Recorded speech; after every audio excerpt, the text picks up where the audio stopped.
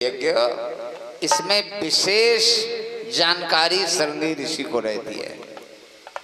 यद्यपि वशिष्ठ जी भी परम विद्वान हैं, जानकार हैं, इनमें शृंगी ऋषि में एक विशेष बात और बता दें, ये क्यों बुलाए गए।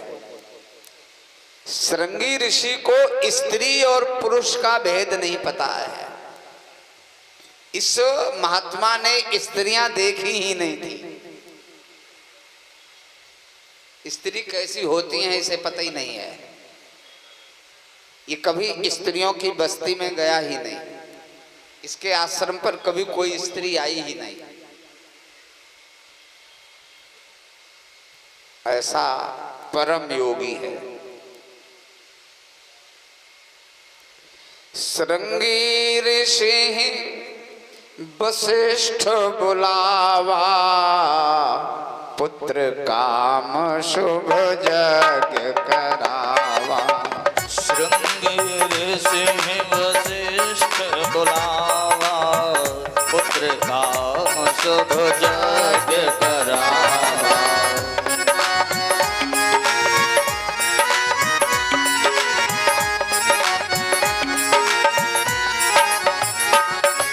भगति सहित मुनि आहुति दीन है, प्रगटे अग्नि जरो कर लीन।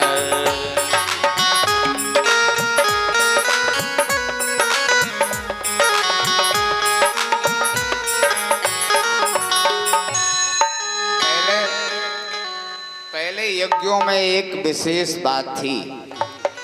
ब्राह्मण लोग इतने ज्ञान संपन्न हुआ करते थे, इतने चरित्र संपन्न होते थे, इतने संयमी योगनिष्ठ हुआ करते थे। पहले देवता यज्ञ में प्रकट होकर अपना भाग लेते थे। जैसे जो मंत्र अगर वरुण के लिए पढ़ा गया तो वरुण जी खड़े होकर सामने आएंगे, लाओ। अगर यमराज के लिए आहुति डाली गई तो यमराज प्रकट होकर के लेंगे। अग्निदेव उस यज्ञ से प्रकट हो गए, मूर्तमान अग्निदेव। खाली हाथ नहीं आए हैं, कुछ लेके आए हैं। हाथ में एक चरु पात्र था अग्निदेव के हव्य, प्रगटे अग्नि चरु कर ले। अब जब प्रकट हो गए अग्निदेव, तो अग्निदेव ने कहा, आपने जिस कार्य के लिए ये यज्ञ किया है वो कार्य आपका सफल हो गया है। मैं ये हव्य लाया हूं, ये हव्य इन सब रानियों में आप बांट दीजिए। इस हव्य के खाने से सब रानियां गर्भवती होंगी, सबके बेटा होगा। तो महाराज दशरथ जी को दिया गया, महाराज जी बांटेंगे। अब कितना किसको दे रहे हैं देखो, बहुत गजब का बंटवारा किए हैं। अर्ध भाग जितनी खीर लेकर के आए थे अग्निदेव, 1/2 माने आधा। अर्ध भाग कौशल्य ही दीना, आधा तो कौशल्या माँ को दे दिया। अब जो रहा, अब 2 रानियां और हैं, सुमित्रा और कैकेयी। तो उस आधे के 2 हिस्सा किए। तो इनके पास कितना कितना गया, चौथाई गया है। कौशल्यायै नरपति पायसा अर्धम ददौ वदः, आधा तो कौशल्या जी को मिल गया। अब आधे में 2 रानियां, कैकेयी और सुमित्रा जी। ददौ तदाम अर्धार्धम ददौ चापी सुमित्राय नराधिपा। अब देखिए इसमें बंटवारा में थोड़ी समस्या खड़ी है। कौशल्या कह रही है, ये दो रानियां कौशल्या और सुमित्रा, ये तो दशरथ जी को विवाही गई हैं, इनके बाप ने कन्यादान किए हैं, और कैकेयी को दशरथ जी मांग कर लाए थे। कैकेयी के पिताजी विवाह करने नहीं आए थे। कैकेयी नरेश से दशरथ जी का बहुत याराना था, बहुत दोस्ताना था। दशरथ जी वहां जाते थे कैकेयी नरेश के यहाँ कश्मीर में, तो ये 15-15 दिन रहते थे। एक दिन दशरथ जी कैकेयी नरेश के यहाँ है, एक सफेद घोड़े पर बढ़िया कलगी बांधे हुए, अगल बगल में दुई तरफ तलवारें लटक रही थीं, बख्तर पहरे हुए था। एक नौजवान घोड़े पर बैठा हुआ सीधे राजमहल की ओर चला गया। उसने हर ड्यूढ़ी पर घोड़ा रोका ही नहीं, सीधे राजमहल में। दशरथ जी बैठे थे। दशरथ जी ने कहा, कैकेयी नरेश, आपके महल में ये राजकुमार कौन गया? तुम्हारे तो बेटन को हम दोनों को जानते हैं, ये कोई तीसरा आदमी गया है, और कितना हेकड़ी से गया है, घोड़ा रोका नहीं कहीं पर, किसी से बात भी नहीं किया, और सीधे राजमहल में चला गया, अंतापुर में। कौन व्यक्ति गया? कैकेयी नरेश ने कहा, महाराज दशरथ, ये राजकुमार नहीं गया, ये हमारी बिटिया गई है। ओहो, जब बिटिया तुम्हारी है, डबल तलवारें लटक रही थी, बख्तर पहिरे था, कलगी सिर पर थी। बोले, ये तो मेरी पुत्री कैकेयी है। दशरथ जी ने कहा, मित्र, अब हम आज आपसे एक भीख मांगना चाहते हैं। कैकेयी नरेश ने कहा, कहो। कहा, जा बिटिया तुम हमें दे दो, इसका हाथ हमारे हाथ में पकड़ा दो। महाराज कैकेयी ने कहा, ले जाओ।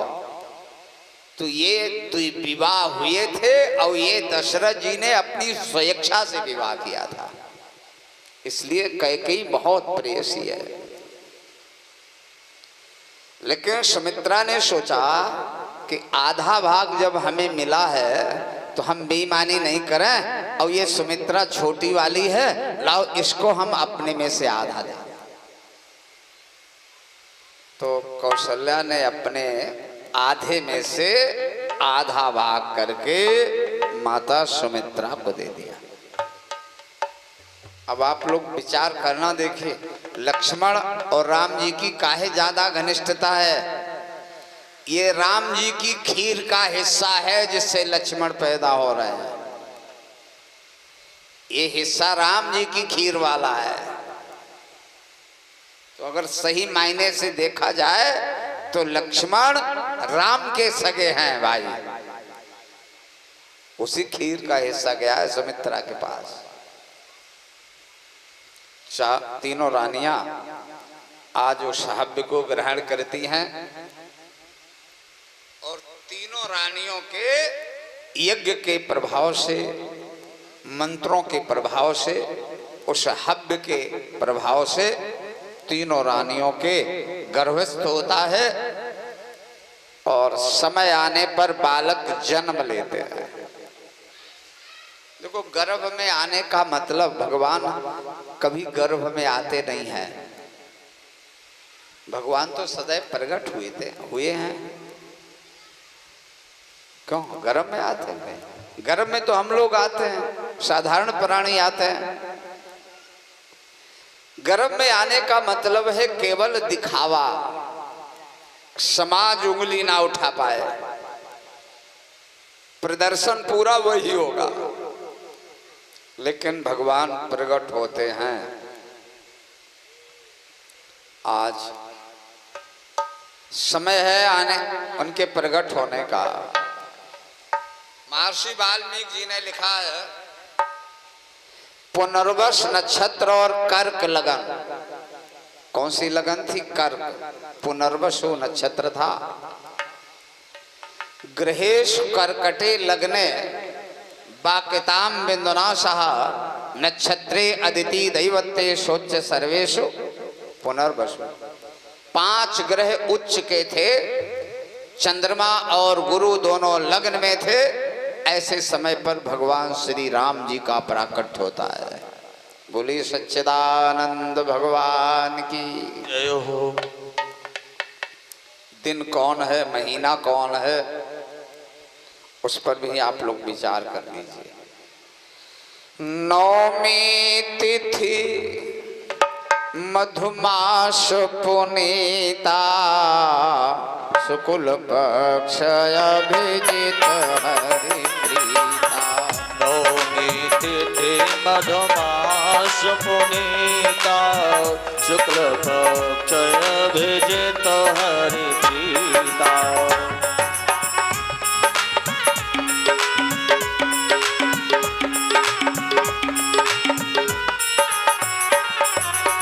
मध्य दिवसो अति शीतन घामा पावन काल लोक विश्रामा।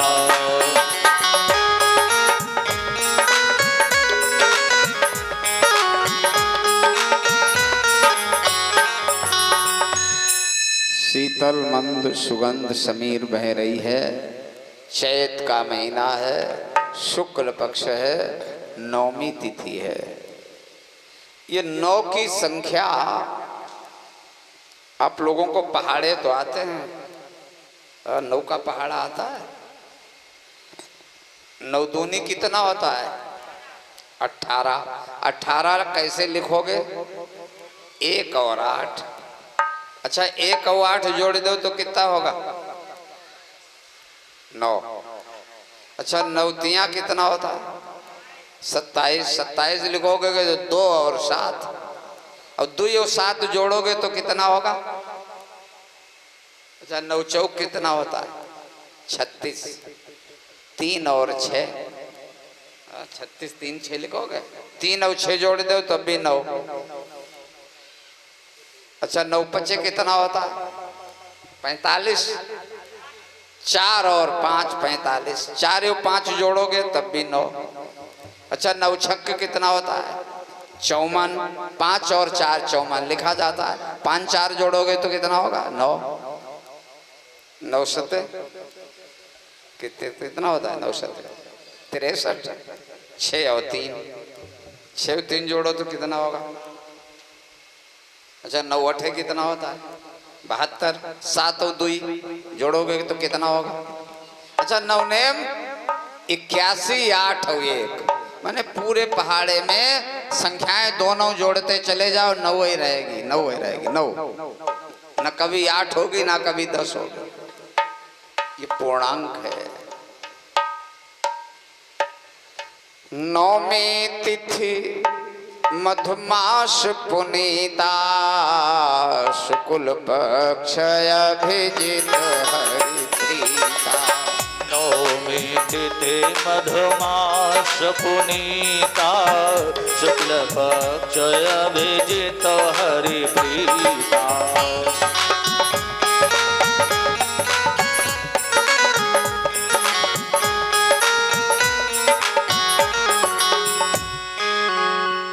भगवान 9